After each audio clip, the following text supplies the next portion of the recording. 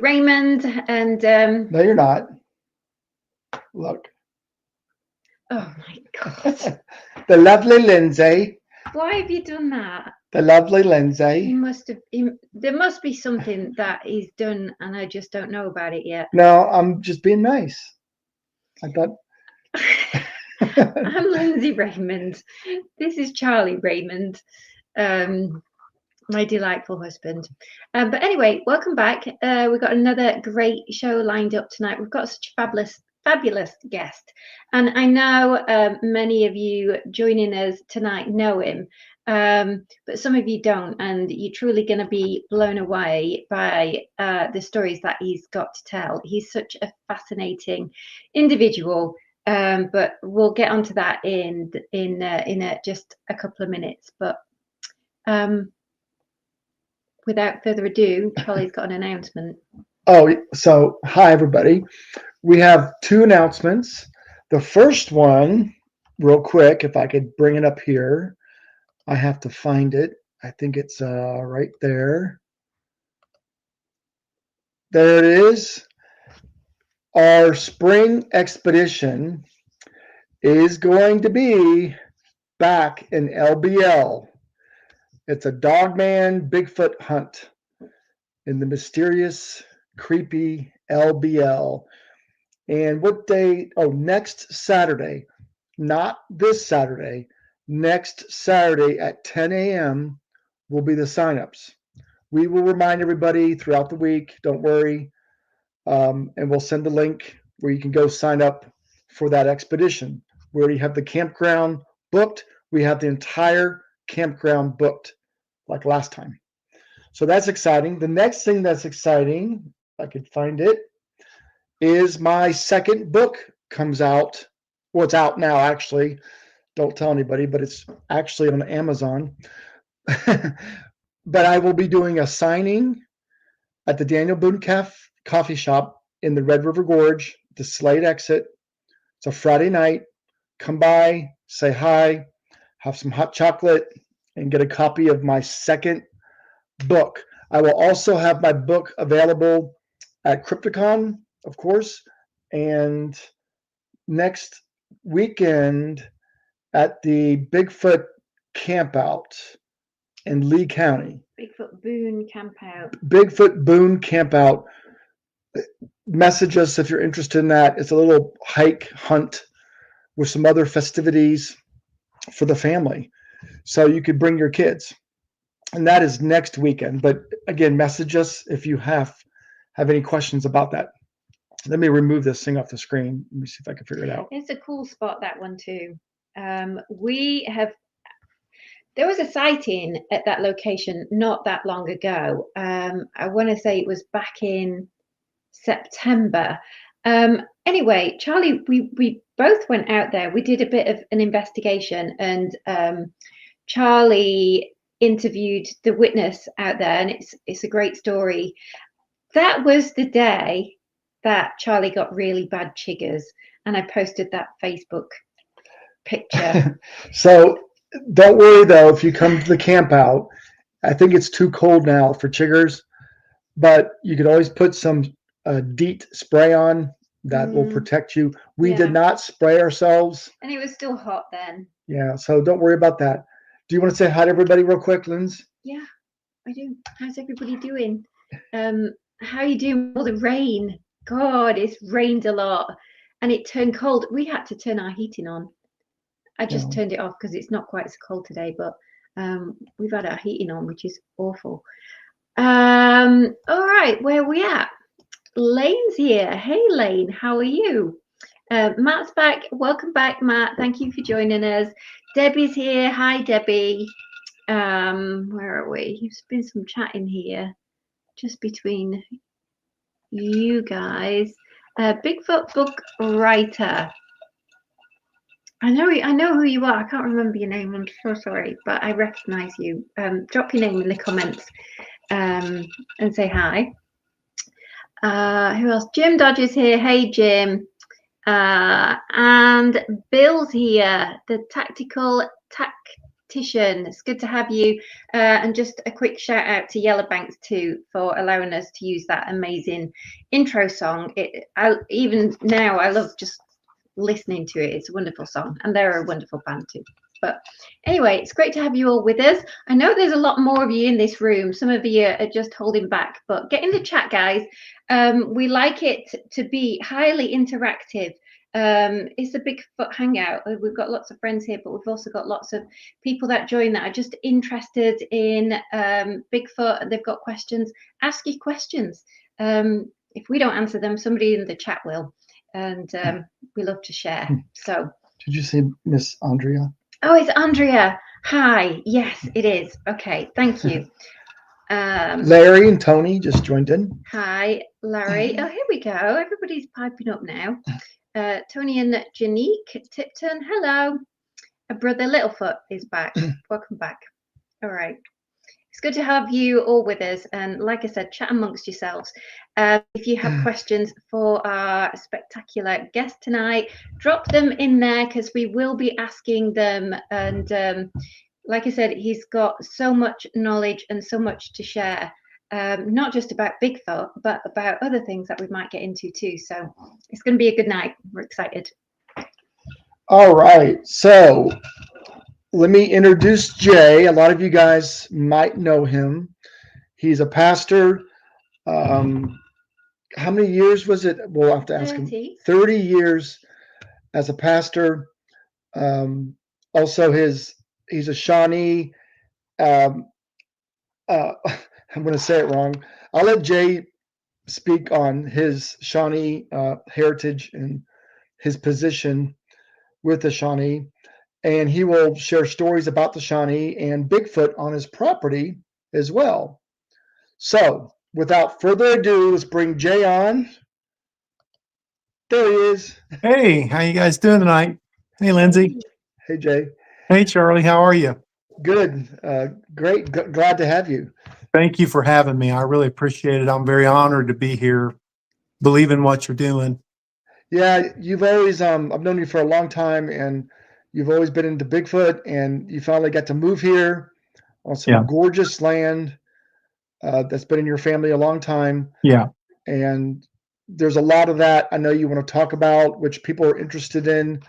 Yeah. And your Shawnee heritage and your position in the Shawnee, all that stuff. There's so much to talk about. I'll let you just start with an introduction and whatever you want to jump into. Okay. Well, again, thank you guys for having me, and hello to everybody out there that's watching that I've met. It was wonderful to have you out here just recently to enjoy the Blackwater Forest and the squatchiness that's here. I think it's something that you can feel when you get into the woods where they are actually appreciated and you know that they're there. So we had such a great time. But yeah, there's a lot to say with this. We've had so many different encounters with this creature. The connectivity with the land. Like I've said before, I do believe this corridor, this historic corridor that comes through Kentucky, this part of eastern Kentucky through Morgan County, that stretches through several counties coming up from Winchester. There's a historic kind of corridor that comes up this way that the Native Americans, the Shawnee, followed up through here. There's what we refer to as a burning circle, not far from here, just a little kind of north and west of my property. Just, I can almost shoot an arrow there, but it comes straight from Morgan Station, where the Shawnee made their last raid into this country. Daniel Boone, his children one of his children was kidnapped down in Winchester and came all the way up through this area when they were taking them back north into Ohio. This corridor is heavily followed, and I do believe it's because of the Blackwater Creek that flows into the Licking River, which flows into the Ohio. And there's so many cliffs here on this property. And the connectivity that my people had with the land, that I have with this land, that the Bigfoot creatures have with the land. And I think that a lot of people kind of take that kind of thing for granted, that we're in a certain kind of an ecosystem. We forget about this stuff, guys. And I don't want to get preaching right off the bat, But, we go to work every day and we get into our lives and we have problems and we have issues and we have goals that we're trying to meet and we're trying to make a living. And we forget about, what's going on around us, and how to connect with nature around us again, like our ancestors used to know how to do. And the things to eat, the things to let the animals speak to us, to tell us a story, the way the trees are, the way the leaves are, the way the ground is. There's just so much to be connected with. And I think these creatures never have lost that. But I think that once you start making a connection in a place like the Blackwater Forest here, you start feeling what they feel. And it's not so, many years ago when I first met you, it was a very fantastic thing, an overwhelming thing to be having these encounters with these creatures. But now that I'm here and I live in the woods, and I'm a part of this ecosystem here, it's every day. I'm not saying I'm desensitized to it, but I really appreciate the fact that they live amongst me. And I accept that. There's reality and then there's fantasy. And I think there's a lot of folks out there, in the Bigfoot community, perhaps, that still think of this as some sort of mythology, maybe, or lore or legend. But to me, they're a part of my life. And I know that you don't have to, there's a difference between believing and knowing, and I'm a knower. I don't have to be convinced anymore. And I'm not afraid here. They're something that I kind of commune with. They have done so many different things here on this property that to me and my wife, it's very second nature. It's very normal to see things that others would consider abnormal. Yeah. Can you tell people a little bit more about your land, and then can you share one of my favorite stories? Yeah, is with your father when you had somebody hunting there. Yeah, and he heard that. Well, everybody heard that vocalization. I think maybe except you, but so if you can talk about your land a little bit, and then share that story about your father and that hunting. Sure. Like I said, this is an old property, an old land, so to speak. We're the second family in American history to own this land. This land was given to the Sexton family as for service in the Revolutionary War. And then my family grew up with the Sexton family, and they were also Native American people as well. You'll notice in Native American genealogy and ancestry and such that they typically traveled together and families kind of intermingled and stayed together, and there were communities made up of Native Americans, and this was kind of one of them. Cerrito, West Virginia was one. There are several, many places, but they kind of hung out in these sacred spots and they kind of stayed together. And so my family grew up with the Sexton family, who was, that my dad went moose hunting in Canada with Ron Sexton, who was a descendant of the original Sexton that this land belonged to. You can still see the old home places on here, the old chimneys and stuff that date back.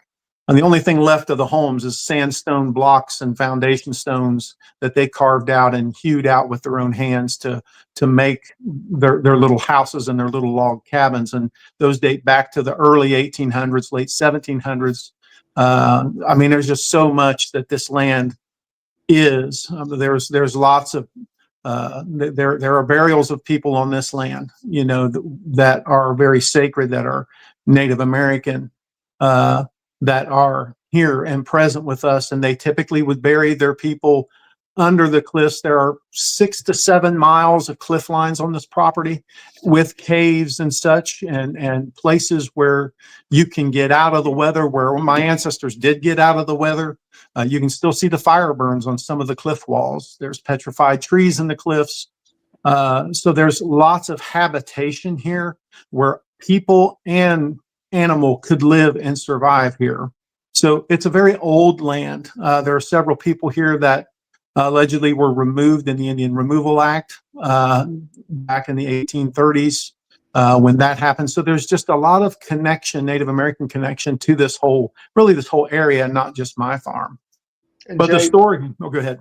that land, so people listening who are not aware, you are between the Red River Gorge and Cave Run Lake. That's correct. So that's, and if anybody doesn't know, you look at a map, but that is going to be east of Lexington. Yeah. And then you find Cave Run Lake and you find the Red River Gorge, and you're kind of in between that. Yeah. And, we're triangulated kind of, you have Mount Sterling, West Liberty, and Moorhead, and we're kind of in the middle of that, kind of situation. So the cliffs are, before I move on to that story, the cliffs are very important, not only for well-being and taking cover, but also they're honeycombed. They're interesting. And my people, when they would travel, you were traveling on foot most of the time. And so in these places, what made this a heavily traveled and heavily used area is you had all the three components that any mammal would need. And that is shelter, you need cover, you need water, and you need food. And that's all accessible here in this whole area. It's not like you're trying to make it in a wide open forest, maybe this time of year. You could easily build a fire in a cave and survive very easily here, which I've done. Me and my brothers have done. When I was younger, we hung out all over this property. So it's something very easy to do, but they're honeycombed on the cliff walls. And when the people would walk and they would carry lots of things, you were on foot. So you would place things in these cliff walls, knowing and marking where you would place very important items so that when you came back through, you didn't have to carry that where you were going and carry it back as well. So very important how the cliff ledges are made and the cliff faces are made with lots of ledges to put things that you could hide. There's been instances in archaeology, where Native American archaeology, where people have found like a cache of things that was hidden near a tree stump or within a cave. Well, that's this very thing. They traveled the corridors and they didn't have a good way to carry a lot of things. So they would place things along the way that they could keep coming back to. And the family remembered that kind of thing. But the story you were talking about with my dad many years ago, and again, we're well versed in the woods. I grew up this way. I mean, a lot of people today they make a big deal out of being Native American, and it's got this kind of mysticism to it, if you will, or people want to be that are not that these days. Well, I just grew up with that. It wasn't anything to me. I mean, we grew up hunting and fishing, and that's what we pretty much ate. We ate moose from Canada. We ate deer. We ate pheasant. We ate rabbits. I mean, this is just the way we grew up. And so we were very familiar with the woods, is what I'm trying to tell you. There's a lot of people who don't, who lose contact with who they really are and where they really come from. And they get into the world, in which there's nothing wrong with that. But you lose contact with the woods and with nature and with where we all come from at one point in time or another. Well, my family never lost that. I grew up that way. And so it's very second nature for me to hear the creepy things that people hear in the woods at night, And my dad was an expert tracker. He was an expert hunter. I mean, he was just great. You guys, you would have loved him if you would have really got to know him. He was just so knowledgeable of things of the woods and the forest. And he come in one night, and it was the night before deer season. And we had a friend come in from out of state, and he wanted to deer hunt on us. Well, they're in kind of the northwest quadrant of this property. There is about 200 to 300 acres that even the Commonwealth came in here and told us that via GIS, they were able to tell with the canopy of trees that this was old growth timber that was actually like virgin timber, had never been touched.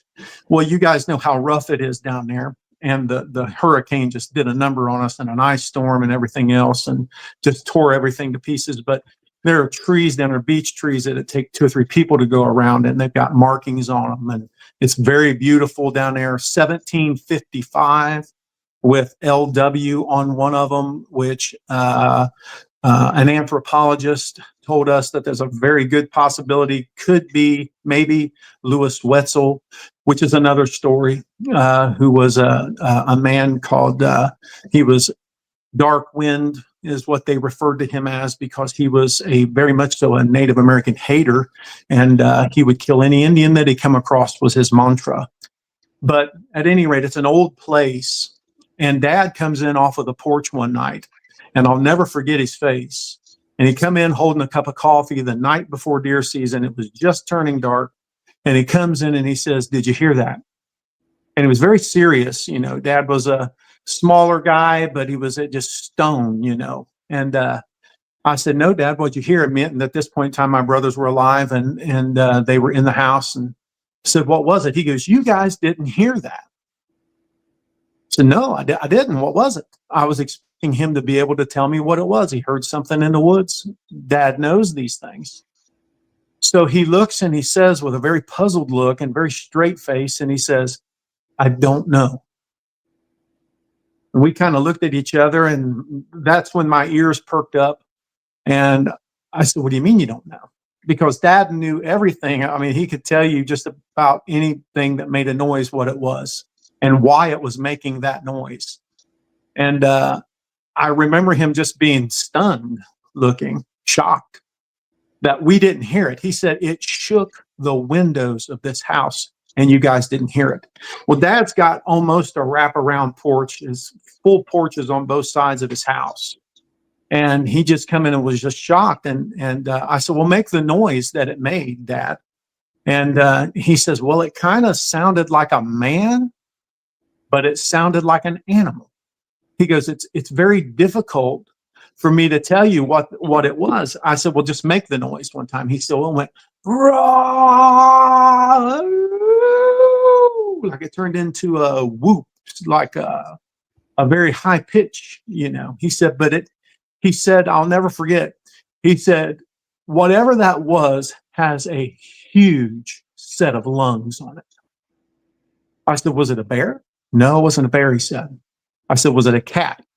Because now listen, and this is an argument that a lot of people will have out there. Kentucky's supposed to have no cougars in it, no mountain lions. My dad seen 3. And whether it was something that someone got loose from someone who had exotic animals, we don't know that. But we saw 3. My dad did. I trust him. He knows what he's talking about. He was even tracked by a wolf in Canada when he was moose hunting. So he knows exactly what he's talking about. Moose or a wolf print right in his shoe print. And he's got a picture of that. So he's so concerned about this. He said, "We need to go check on him." That's Jimmy that's camped up there. And Jimmy, you know, he's this combat veteran, big, tough guy, you know, very calloused kind of person, very nice guy, but, you know, kind of nothing bothers him kind of thing. And he had told me, he said, "Well, I'm going to pull my camper in up next to the cemetery on the top of the hill there, and that's going to be my base camp, but I'm going to hike down in the cliffs down in that virgin timber area, and there I'm going to hammock camp to get close to my tree stand." I said, "Hey, suits you, suits me." You know, I wasn't going to go out there and hammock camp. I mean, it was getting cold and everything, and plus I just had no reason to do it. But I told him, I said, "Fine, go ahead, that's fine." So Dad says, "We need to go down there and check on him." I said, "Really?" He said, "I'm telling you." He goes, "I've never heard anything like this." So we jump on the ATVs, we drive up there, you know, it's a quarter of a mile from my dad's house. And we go up there, and Dad knocks on the camper door, and he says, he knocks, and Jimmy from the inside says, "Who is it?" And Dad says, "It's Lowell and Jay." He said, "Come in." And when we came in, he had barricaded himself in the backside of that camper, and he had his gun out. And he was extremely scared. And he said, "Did you hear that?" I mean, really excited, very emotional. And Dad says, "I heard it." He said, "Yeah, that's the reason why we're here." He said, "Well, I'm going to tell you something." He said, "I've been around the globe." And he goes, "And I've been in some awful places." He said, "And I'm not afraid of any man." He said, "But whatever's here," he said, "I am not hunting here."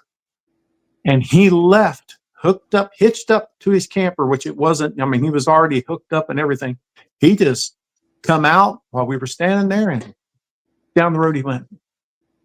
So we thought about, okay, the thought really kind of left us. It blew us away, but we never paid any more really attention to that, until later on. But that's the story that you were asking about, and that was that. See, this is real stuff. This isn't fantasy. This isn't somebody. This isn't conjecture. This happened right before my very eyes. This is what I try to tell people. Even in ministry, I always tell people I'm a reality preacher.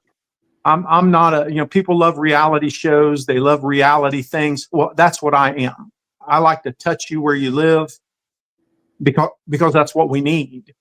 Mm-hmm. And this is real. This isn't make believe. Mm-hmm. I'm not saying I seen anything, but I'm going to tell you what, my dad heard it. He heard it, and he left. And anybody who knows anything about deer hunting, the day before deer season is like a holy day, to us hunters. You just don't do that. You look forward to that all year long. And when that time comes, and you typically have friends around, and it's a camaraderie kind of a time, and you look forward to that. And for him to just pick up and leave was really remarkable. Yeah, you've told me that story for years, and it's never changed. I love that story for all those reasons. Your dad hunted bear, he hunted moose. He's seen it all. Yes. And just like the hunter too, that cost him money, gas money to drive there, to take off work. Absolutely. All those things. Yes. So this thing had to be pretty scary that yelled. And the way you describe it too, how it changed pitch.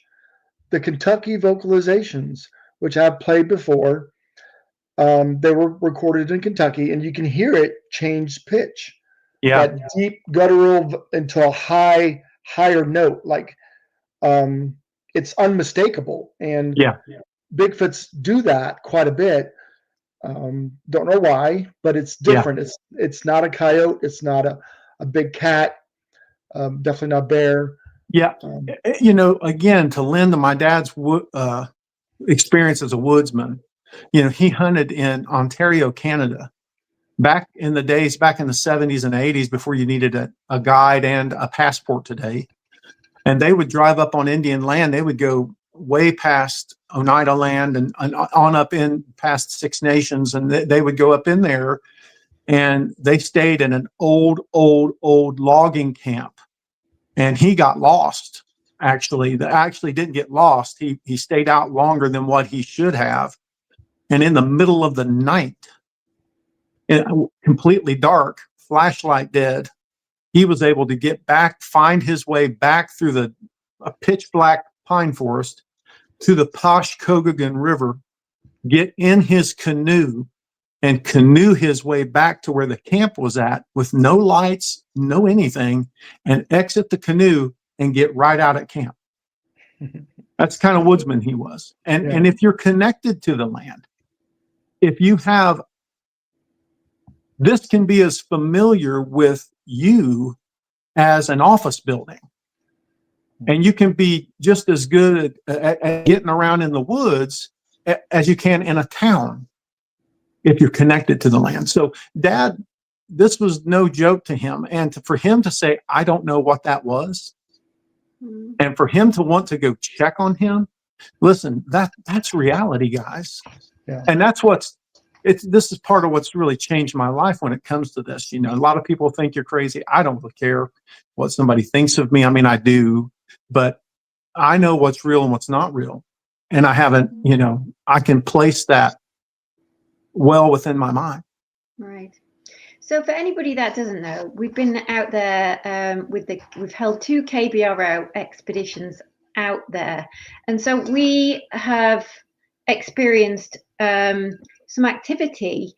I personally saw, I heard an audio. Randy Brooks was there. Was Was it Randy? Oh, It was Randy. the first The expedition. first one, yeah. I heard an audio out there, which on one of the trails, which was super creepy. And then I saw a red glowing light in your forest too, and it's very vast and it's very thick in places too. You could totally, it's very squatchy is what I'm trying to say. You could totally see how a Bigfoot could live there for eons and go undetected.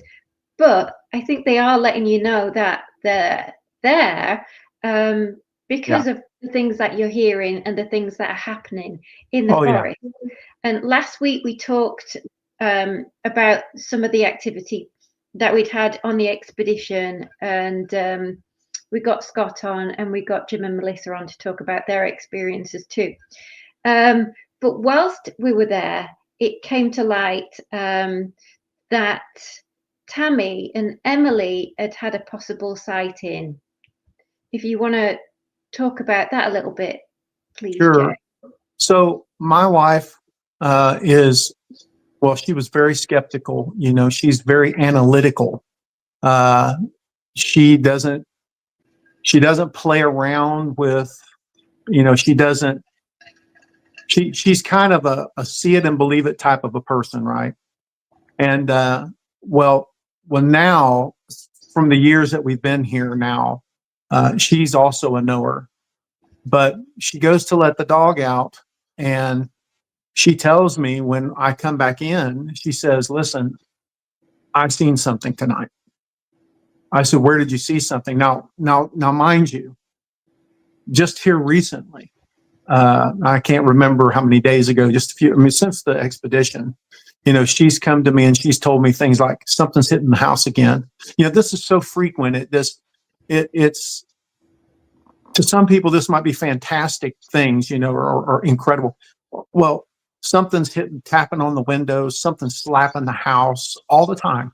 The dogs are letting us know stuff's around. So Tammy, she goes outside to let the dog out, and right on the corner of my house, where I've got my other dogs in the backyard, I got a round wooden farm post, 6-foot post. That's about 6 foot out of the ground, and it's got a light on the top of it. So it's probably 6 feet or so, I would think, to where the light is at. And she said, "Tonight, I seen one." She goes, and it was standing next to that fence post. And there's some ornamental grass there, the big giant ornamental grass that's growing there. So it had a little like cover. And she goes, but its head, she goes, I could see its head and its shoulders. And she said, I could see it was hairy. And she said its head was sticking above that light. So I'm guessing that to be 6.5 to maybe 7 feet up in the air to the top of the head. She says, she goes, just to confirm it, she had my daughter look, and my daughter, who is very just like her mother, she says, I see what you're talking about. So they go in the house, and by the time they get in the front door and they go out, they go through the kitchen, through the laundry room, they come to the back porch and look to the right, which is where this creature was at. It's gone. So they both seen it, confirmed to each other that I'm looking at what you're looking at. And yes, I'm agreeing that what you're seeing is what you're saying. And then by the time they get in the house, it's gone. It was watching them too. And it was watching them. I had a friend here one time. I call them my watch squatches. So there was a friend here. I won't mention his name because he has a business, but there is a Navy SEAL guy who's going into BUDS training. He wasn't a SEAL yet. He was going into BUDS, and he wanted to freshen up on his navigation skills. And so we were gone, and there was no one here, and they were sitting right by my house, and they were sitting on the tailgate of the pickup truck that he was in. And as they were sitting there talking, something starts shaking the trees back where pretty much everybody was hearing things back behind the barn. And it was shaking the trees. And I mean, just violently shaking the trees, so much so that they both jumped off the truck, and the guy going into the BUDS training says, "Man, what is that, dude?" And he goes, "I don't know." He goes, we better get out of here. So, you know, I tell people that story. I wasn't here to see that. Very, very trustworthy person told me that. You know, another one I like, Jay's the guy that was in the hammock. Yeah. Is that the same guy or different? That's the same guy, and very trustworthy person, very honest, very, again, another kind of personality type that's, you know, very type A kind of, and very analytical kind of a person. Says that he approaches me privately and says, "Hey, I wanted to tell you something." I said, "What's this?" He goes, and he had this, what they call a Hennessy hammock. And so these are the kind of hammocks that you can run, you know, from tree to tree, but it also has a ridge line above it. And it's got a net that comes down. Sorry about that. This thing likes to play games with me back here. So he says there's something that come to the hammock. He goes, and he had a tarp over his hammock. And he said there was two of them. And he said, he goes, it was dark. He goes, I could not see. He goes, but it was very dark. And it comes up, and he goes, I could hear it coming. And he goes, I was scared. He goes, I did not want to turn my light on to see what this thing was, but it came up and sniffed him in the hammock. And he said, don't know. He said, don't know what this thing was. He goes, but it was, but he said it was like horse nostrils, you know, like something huge. I would die. And it walked off. They both walked off. I said, was it bipedal? Was it four? He goes, it walked off. I said, okay. So again, he said, I didn't want to turn. He sleeps with his flashlight and stuff, you know, because you don't know when you're gonna have to get up and everything. And, you know, when you're out there and it's cold weather like it is right now, and you're in a hammock, you know, you're pretty tucked in there. You know, you've got a wool blanket underneath of you, or a sleeping bag, or you're in a sleeping bag. And so you're pretty tucked in there. And so moving is really not an option, and especially when you're scared. And he was alone. Yes. Nobody else around. No. He was deep in the woods. Yes. Back behind my barn where base camp was at, back in those woods back in there. Yes. Yeah, that's something I want to do, Jay. I want to come out there, I told you, and sleep in a hammock. Well, we can sleep in a hammock, or we can go sleep in the caves. I mean, you ain't lived until you've slept in one of those things, let me tell you. Yeah, that would be. I'd do it in the summer. I don't want to do it now. It's too cold. Yeah. There was one guy who was who on the television show Alone, who camped in the cliffs down here, who was kind of I believe he was practicing before they dropped him off, but his campsite still, you can see where his fire ring and everything is at down there. So yeah, it's a heavily used area, you know, just that's what it's always been used for. Those areas where we went and where we heard a lot of the rock clacking this past time, the whoops, and something humming to me, the native song that I was singing, right? Humming it back. You can see it from that point was a very important place, because you could see both the kind of the south side and the north side, and then the mountain across from us is the high place. So you could see each other from this particular place, and you could watch that whole valley corridor. So you're protected there. So this another very, very important place in Native American culture. That night, Jay, when you were talking to a bunch of people that were out on night ops, and they're in that group with you, and it was dark, and you're in that location, and you sang the wolf song, if I'm saying that right. And after you sang it, everybody heard something hum the same melody, same thing, back to you from that ravine down there. Yeah, it was, and I had 4 or 5 people with me, and I wanted to confirm, you know, with everybody, because I think that's really important, because, you know, as we've talked about, you can get Sasquatch on the brain, and I don't want to do that. I want to be for real, you know, and truthful and sincere. And, you know, I don't have to convince myself nor anyone else that these creatures exist. As I said, I'm a knower, but I do like to know what I'm communicating with, you know. And yes, it was, and I asked the folks that was with me, I said, are you hearing what I'm hearing? And they said, yes. I said, can you hear this hum? Yes. And it was actually, it was like a traveling song, and it was singing it back to me. Oh, yo, yo, manabe. And you could hear this thing, and it was not an echo or anything like this. And we as we stopped,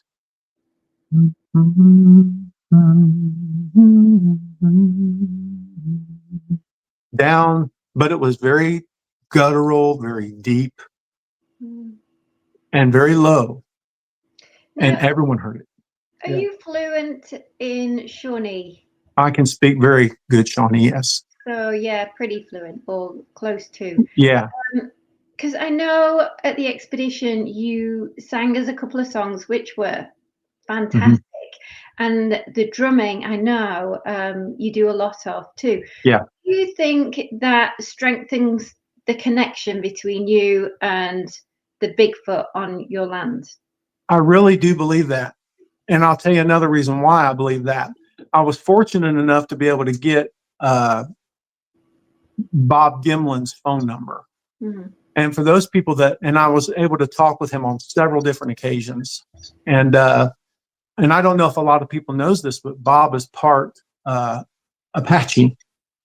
And he told me one of the things, you know, one of the stories about my dad and the offerings that he put out, if you guys want me to tell that too, Bob gave me the information about that. And he told me, he said, the creatures are trying to make contact with you. And he said, and I do believe this, he goes, there is a connectivity between the Sasquatch and Native American people. And Wendigo, that has always been a part of oral history. The Shawnee, the Catawba, the Shawnee, they never had a written language like the Cherokee did when the Sequoia created the Cherokee syllabary and began to be able to write letters down in phonics and all these things and be able to pronounce things. And so they had stories about this kind of thing. And Bob told me, he said, there's some sort of a connection. He goes, do you know your language? And one night I came out here, and this has not been too awful many years ago. And I said, yeah, absolutely, I do. I said, he said, well, he goes, do you drum and sing? I said, I do. I said, I do that. I said, I go all around. At that time, especially, I was going in London, Kentucky, and at high schools and different events. There was Muzzleloader magazine. Mark Sage, who's a writer for that magazine, was traveling that corridor in period appropriate stuff to see what it was like to come up the Wilderness Road. And we met them down there at Levi Jackson State Park, and I drum and sang the wolf song there for the dead that was there and the massacre that had happened. So I had went to the side of the yard over here, and it was midnight, and I walked out, and he said, say hello to them in your language. And he goes, tell me what happens. He goes, just stay there for a second and see what happens. Well, naturally, I didn't record anything, but I go out there and I say, Kiwakamile Mikanaki Hoeshe Lashe Mamo. Ow! Across by the pond in my backyard, and then pow pow back here behind me. I think it was 2 whacks or 3, might have been 3. Back behind me, back behind the barn where the dogs are at. So I was like, wow. And so I got the drum and I was singing, you know, just pounding the drum, and we're just singing various songs in the Shawnee. They used vocables, the Shawnee did.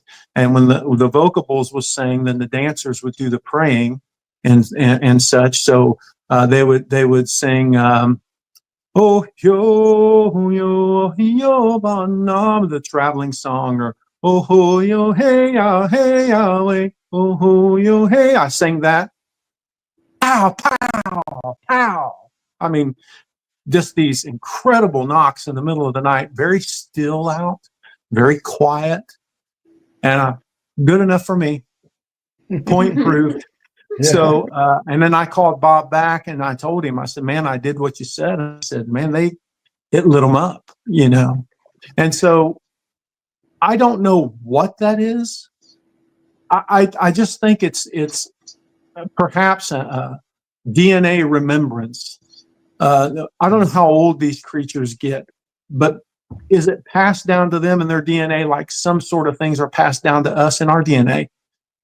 You know, the scriptures talk about, you know, we say alcoholism can be something that a person can inherit, you know. Well, the scripture said that would happen, that there's things that could be passed down from family member to family members through our DNA, through our makeup. And so maybe this is something like that, you know, that there's a connectivity, you know, between the two. Yeah, because you think about Bigfoots and the tree knocking, that behavior is heard all across the country. Yeah. You know, those Bigfoots don't use the internet. They don't know they don't know I'm supposed to knock 3 times. You know, it's like I've preached before. I don't know how a duck hatches from an egg, but knows to go swim. Right? I don't know how that happens. I don't know how a black cow eats green grass and has white milk, but it happens. So there's these phenomenon like this that happen, you know, and you innately, there's some things that's just innately within us that makes us human, and we derive our personality traits and the things that we do from what's within us, you know. And I believe these creatures are a lot like that. And I think that there has just been a cultural exchange between the two, an existence that happened back in the day that has been kept all down through time. And even Daniel, you know, you got about Daniel Boone's memoirs, and he talked about, you know, and some people have equated that to Gulliver's Travels and everything. But I'm telling you, I believe that Boone coming up in this area, Simon Kenton coming up into this area, they didn't know what they were going to see. I mean, a lot of people don't understand how different the land was back then. You know, the old ones used to say that a squirrel could get in a tree here and not come down to the Mississippi River. I mean, this was a forested area with the mighty, just the great big trees that inhabited this land that are now extinct. The American chestnut was gigantic. There was one here on this property, and I think I was told that the last remnants of the stump was 20 feet across the stump of this tree. And if you go into some of the historical photos of the families in Kentucky, you'll see these trees. They called them the red oaks of the East, and they were enormous, guys. I mean, families lived inside them. Families lived inside these things. And so the landscape has changed so much, you know, and you take trees like that could provide shelter and food. You know, there just was so much here. There was so much of a difference back then. You know, there was things had to have a coexistence in order to survive. And the tribe was no different than that. You know, we had to know what the forest was doing, and we had to know what animal life was doing, or we just couldn't have made it. You know, the tribe had to know, what does the forest provide here? Is there medicinals here? Is there food here? Is there animal life here? Most of your Indian wars that took place was not over a vicious hatred towards one another, but somebody encroaching on your land, or was fishing your streams out, or was killing your deer out, or was taking your medicines out, and they were going to wipe you out by doing that. Right. And so you had to go and remove those people. And this is where the tribes lived, is where most of that could be provided. And I just think that the Sasquatches are a lot the same way.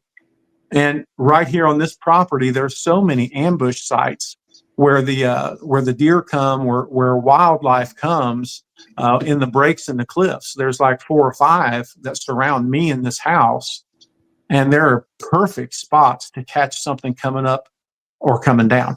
And I really believe that.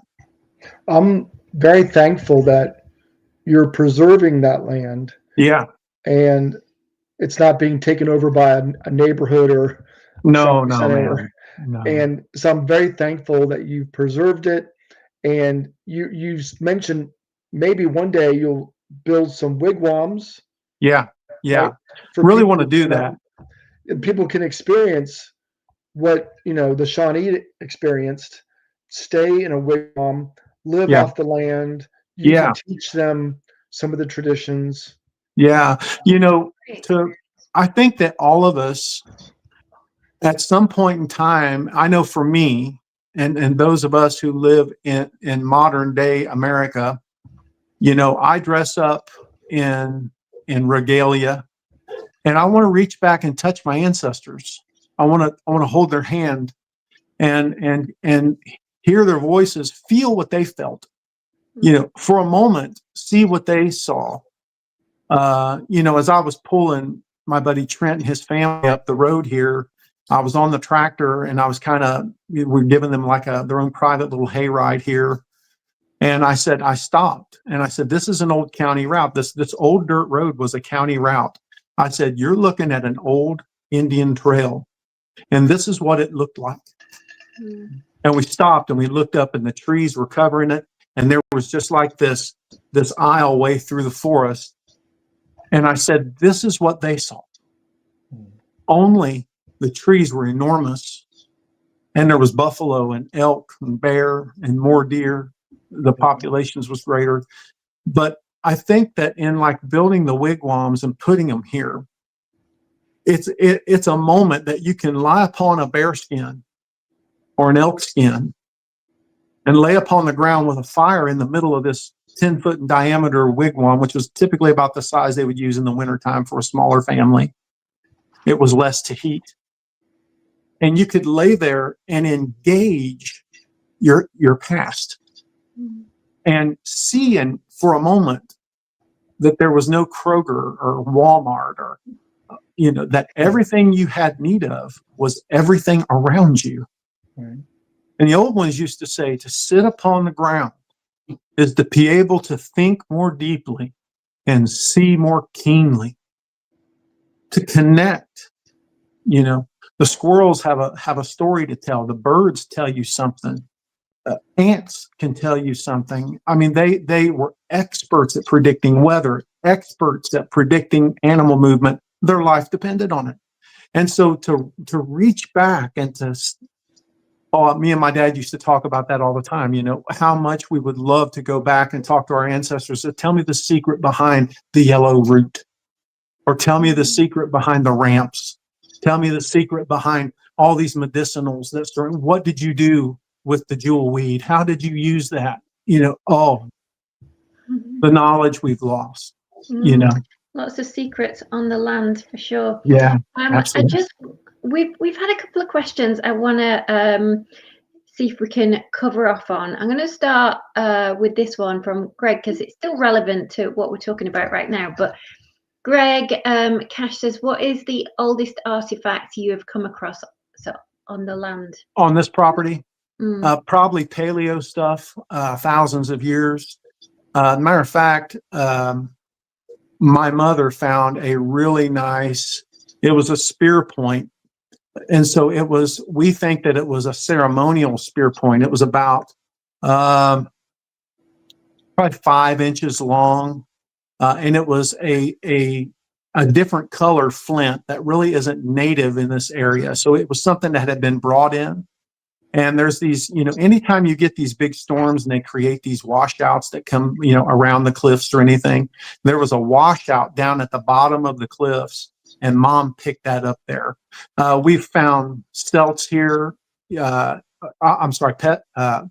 here that for pounding the corn.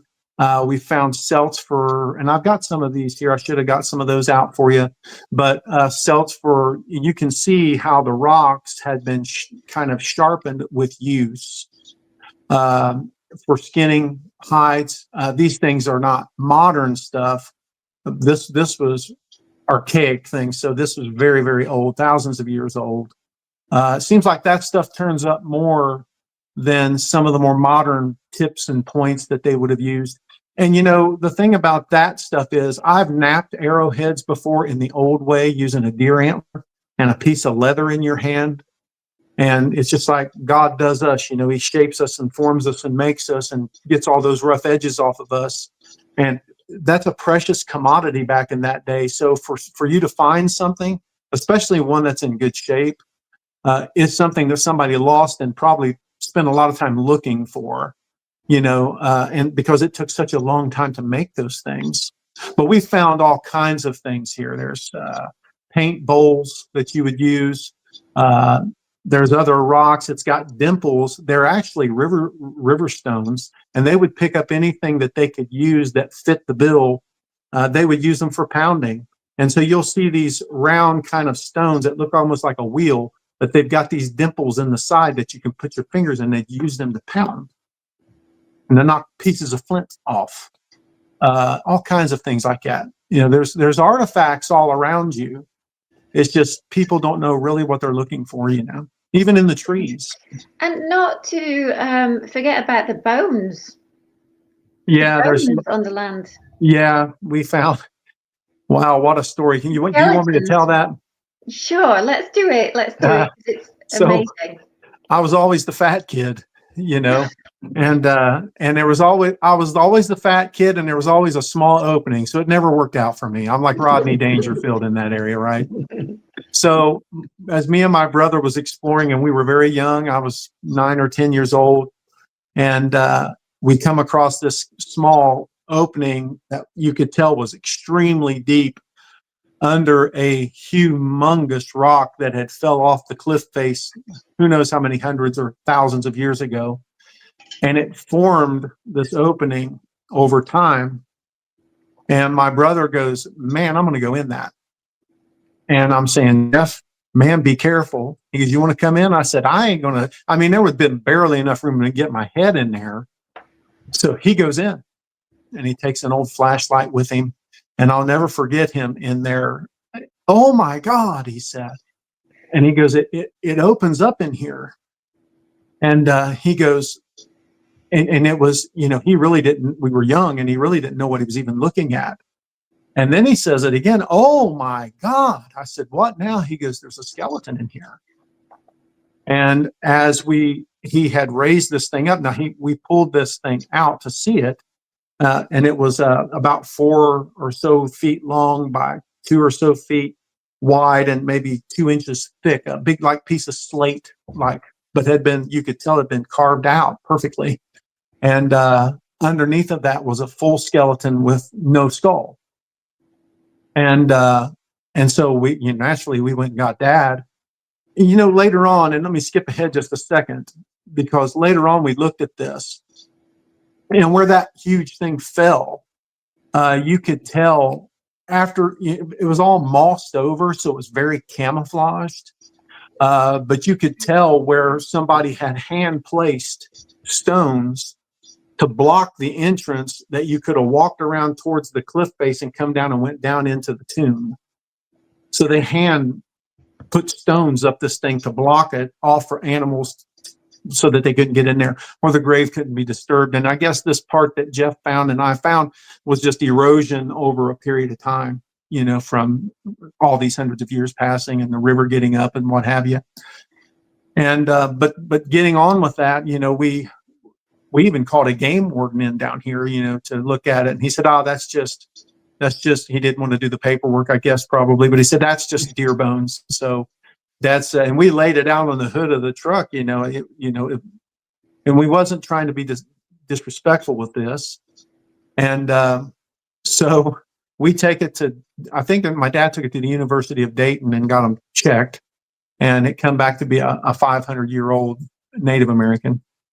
Wow. And male.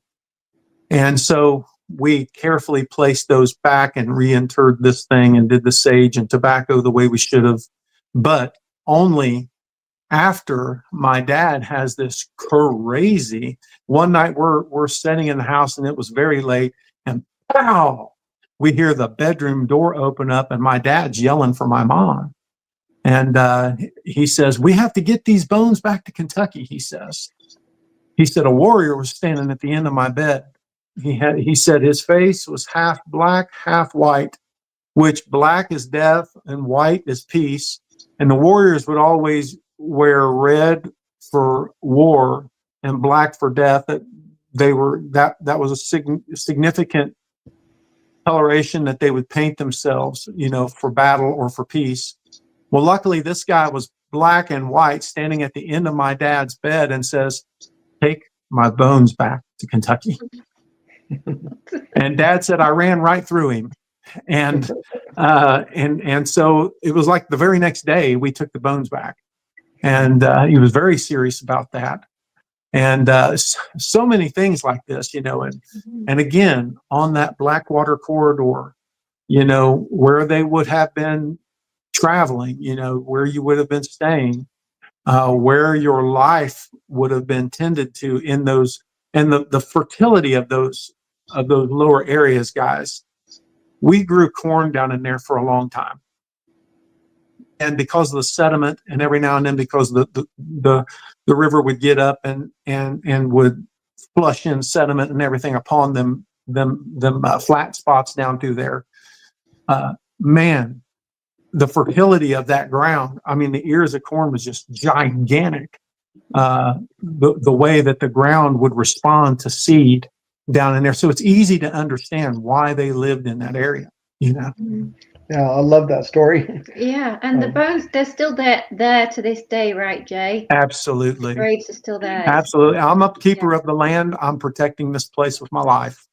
Right. This is what I'm here for. I'm not going to let anything happen to any of that, All right. Bill, the tactical technician, he had to leave, but he did ask a question earlier.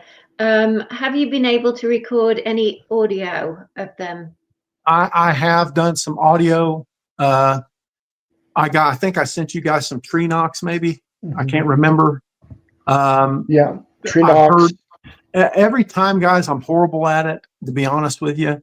I had several audios that I would hide them little voice recorders out, like on a piece of equipment or in the forest. And I got stuff that I couldn't identify, but I could not really say if it was a Bigfoot or not, so I didn't pass it on. I probably should have, but I don't like to get Bigfoot on the brain so bad that everything's a Bigfoot like we've talked about. So I'm kind of, I want to make sure what I'm hearing, but I've heard the whoop stuff. And every single time that I've gotten the vocalizations, I've never been recording anything, which is okay with me. I would like to pass it on to everybody else. I'm guilty of it too. It happens to everybody, even us researchers. We do it all You the get time. excited, you forget to turn your audio on. Yeah.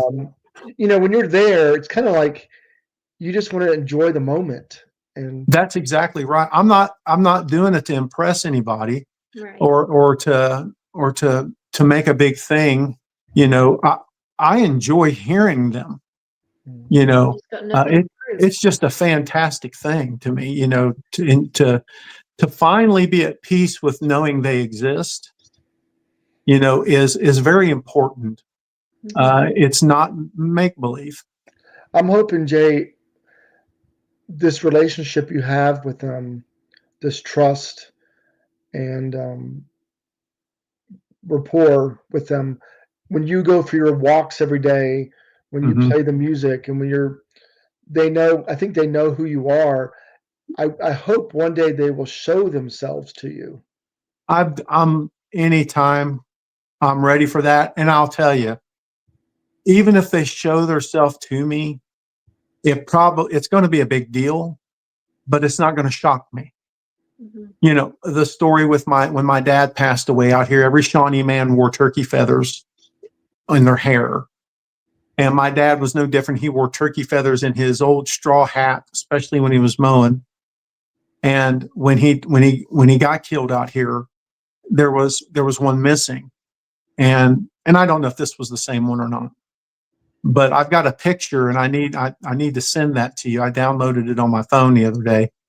But when you first walked off of the steps out of my house down to the gravel, there was a matching turkey feather to the one that was missing, jammed down in the rocks that deep sticking. You couldn't have put a level on it, guys, and made it any more straight up and down. It was just perfect.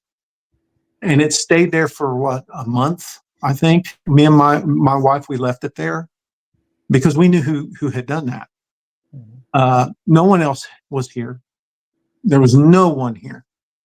And turkeys, when they lose feathers, they're not going to come and plant it in the gravel like this, 5 inches deep. Even if it fell off of one in flight and landed that way. It just is impossible. The rocks we find on our tires, the communication that we're getting, the rock stacks that I put in the woods, and it's just fun to go out there. I expect to see things, and it doesn't surprise me no more. It's reality. And some of it also could be paranormal, given the history of the land. And I won't get into this because it's a while ago. It was before our first expedition. There was me, Charlie, and Jack Smar, and we'd gone out there scouting, and you weren't there, Jay. But it wasn't too long after your dad had passed away, and we were coming up a trail back towards your house, and we told you about it, and we saw, and there was nobody there. And for people that don't know where you live, you're at the end of a very long, windy road, and there's really no reason for anybody to go up there at all. Right. But as we approached the end of the trail, or the opening towards the trail, we thought we saw a figure walk across the top side of it. All three of us saw it. It was white, had white clothes on. The sunlight was hitting it. It looked like we thought it was you. I fully expected to get up to the end of the trail and there would be somebody. Two stories I'll tell you with that here. Right after my dad died, the survival school that operates here, I had closed that field off where he had passed away.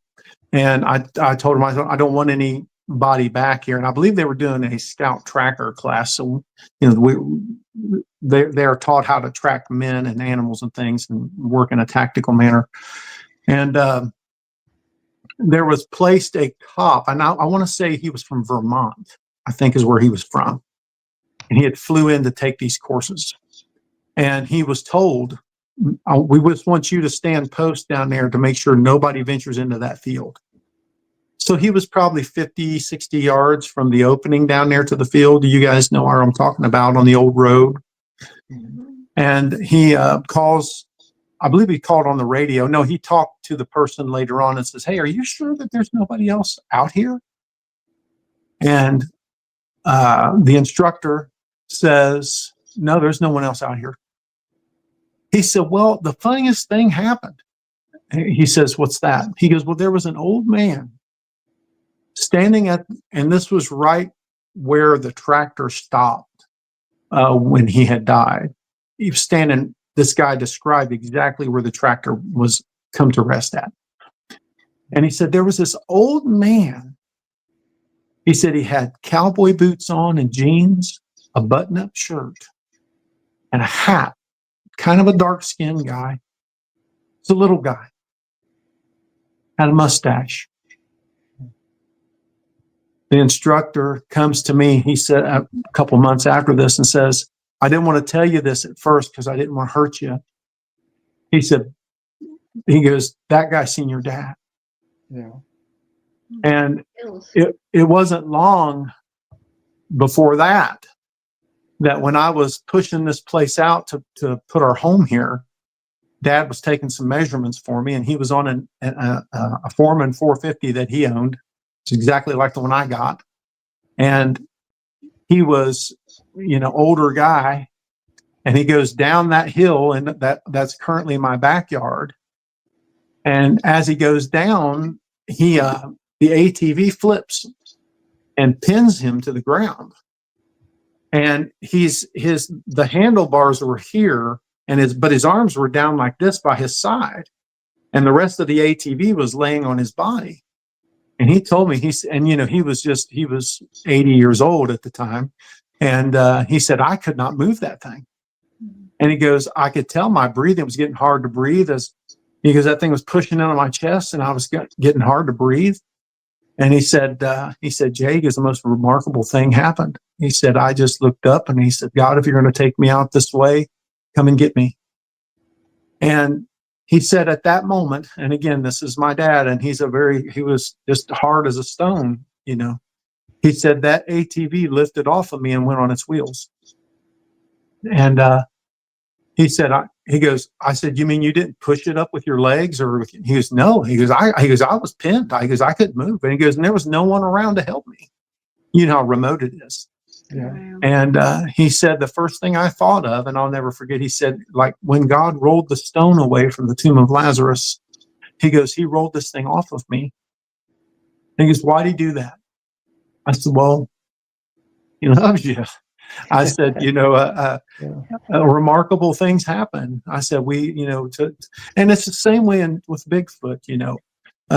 Being a Christian should be every day walking in miracles. It's a miracle. Life is a miracle. Mm-hmm. You know, this world is a miracle. You know, we just forget to pay attention to it. You know, we don't see it for what it is. We take it for granted. You know, the air we breathe, the deciduous trees are losing their leaves, but yet they're going to come back to life. It's very symbolic. Mm-hmm. You know, death and resurrection. So, you know, it's an everyday story that's being told to us if we'll look around and check it out. And the Bigfoots are no different. They're in this too with us. Yeah. And we talked about that, Jay, about appreciating the little things in life. Don't take things for granted. Absolutely. It's hard to get caught up in the rat race. It is. And money and all these things. It is, man.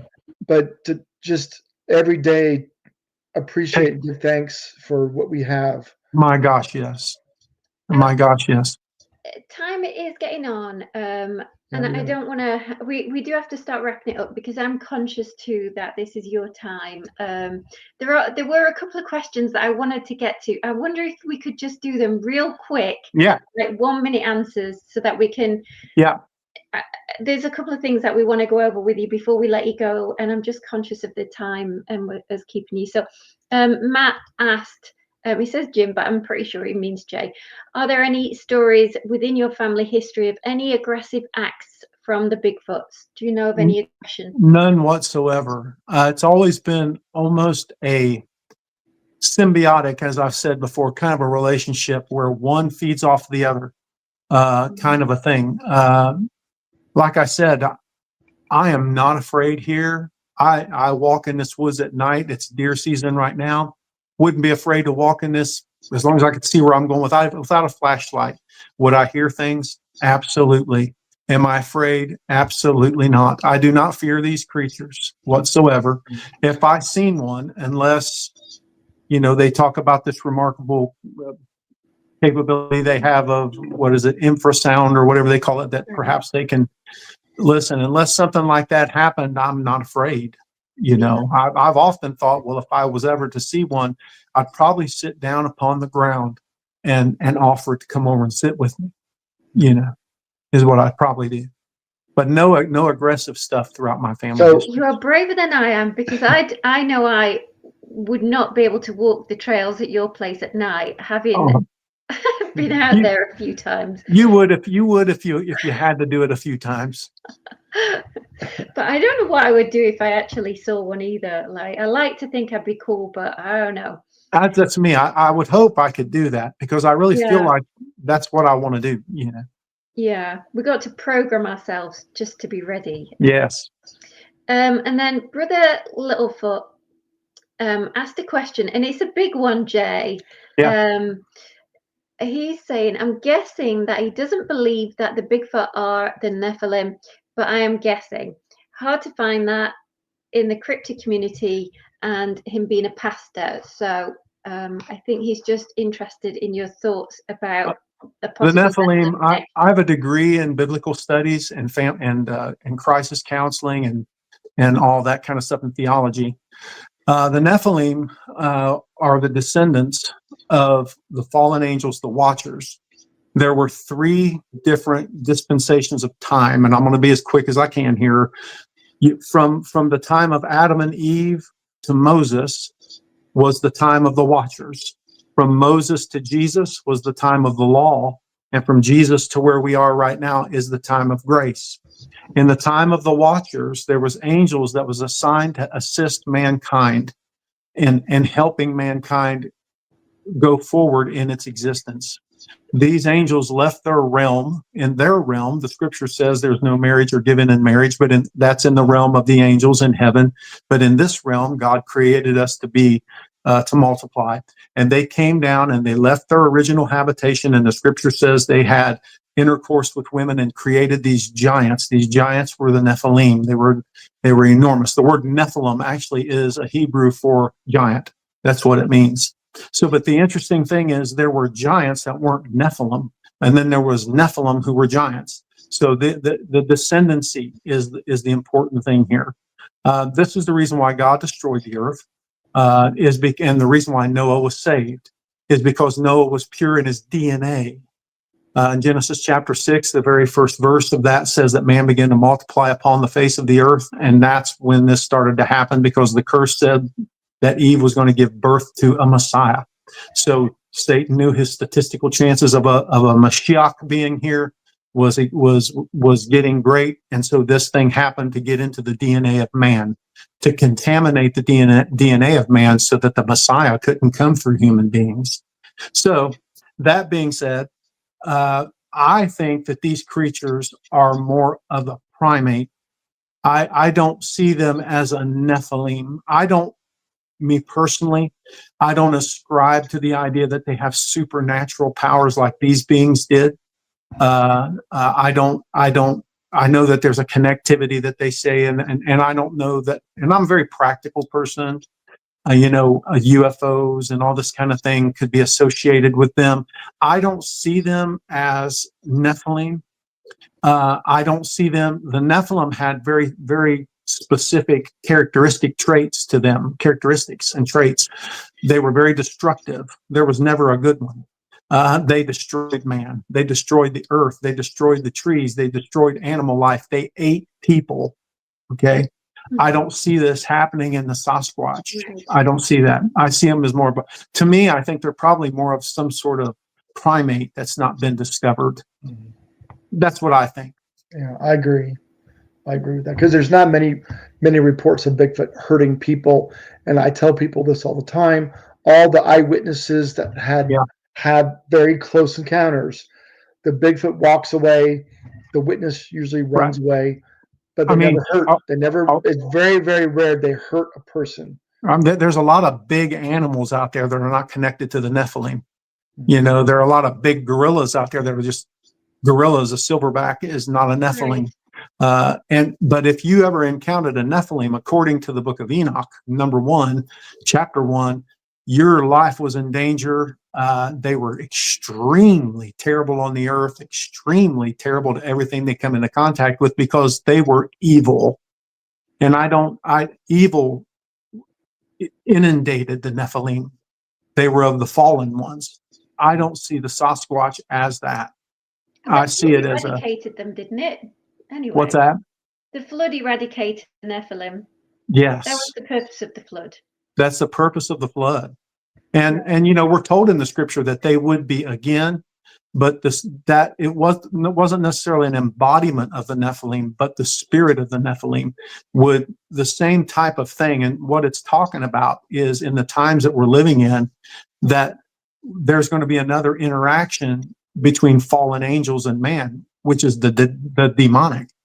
That you can see right now. We just witnessed, somebody getting shot in the neck and killed right in broad daylight. There's so much evil in the world, and evil was the main essence of the Nephilim. Right. I feel like we've only scratched the surface with you tonight, Jay. Matt, I'm going to blame you, Matt. Jay. Sorry, guys. My wife says I talk too much. No, we really appreciate it. There's so much we could talk about, and I think I'll probably speak for most people. We could listen to you all night. We'll have, maybe in the future, we'll have you back on again, and you can update us. Sure. With your land, your property, and what's been going on. Yeah, that absolutely, man. I love it. Love to share it with you. Okay. How can people get a hold of you in terms of your the preaching that you do? I know you're doing a Facebook thing. Yeah, Facebook. You can message me on Facebook. I was telling Charlie I'm starting a new. I'm yet to put any kind of upload any kind of videos on there yet, but the YouTube channel, it's going to be Wilderness Faith Trails, and I'm going to try to migrate these videos over onto YouTube just to get the word out to people. Yeah. Christian living kind of thing, outdoors kind of thing. We'll have things of the Nephilim on there that people have questions about. There are very specifics that you can understand about the scripture, and that's what we're trying to do. So you can definitely visit me on my Facebook page, and then also Jay look for Keaton, guys. Jay Keaton. Yes. We'll find him. Yeah, And thank you guys for having me on, man. I really believe in you, and I'm very proud of you guys, and proud that you're my friends. Think the world of you. Well, Wow. likewise. I think we're honored and blessed. So. Yeah, thank you again, Jay, and enjoy the rest of your evening. And I'm sure we'll see you soon. All right, guys. You guys have a good night. All right. Good night. Good night, Jay. Bye. Bye-bye. Good night. Good night. All right, guys. If you're still here, which I see most of you are, it was a great show. So thank you for the nice comments at the end there, guys. Jay, like I said, he's a character and extraordinary, and so many great things to talk about with him. So do head over to his Facebook, look him up. He talks so well, and he's got so many stories. I'm gonna say, where is he? Are you still here, Zach? No, Zach poked his head in. My son Zach, and he left probably. But I didn't want to interrupt the show, and Jay was talking so well. Also, we've been so busy this time of year. Stay tuned. I think I have 4 or 5 eyewitnesses I've interviewed that I will publish on the YouTube channel. You get to listen to the witness. Some amazing stories from Kentucky, also some other neighboring states. So keep a watch. Eyewitness reports in the pipe. Yeah, just I haven't been too busy. I don't have time to edit them. I don't do a lot of editing. I just but I got to do some stuff to them to get them on YouTube. But 4 or 5 eyewitnesses will be coming out shortly. Lisa Moore was in the chat. Lisa owns the land for the Bigfoot Boone Forest event on the 8th of November. That will be out. So Lisa was here too. Yeah, it's a Bigfoot hunt. If you guys want to just come for the hunt, it's 4 hours. It's a presentation and a hunt on Saturday night. What day is it? November the 8th. November 8th. If you want to come for the whole weekend, you can do that as well. You can camp there. I know Lane's coming, some others. It's there in Lee County, which is close to the Red River Gorge. Crypticon's coming up in November. My book signing is November 14th at the Daniel Boone Coffee Shop. I think I already posted it, but I'll post more updates on that. A lot of exciting things as the year wraps up. So stay tuned. Some new things happening next year as well. So that's going on. Yep. But we appreciate all of you guys. So thanks for sticking with us tonight. It's been a good one, and we will see you all same time next week. Yeah. All right. Good night, guys. Good night, everybody.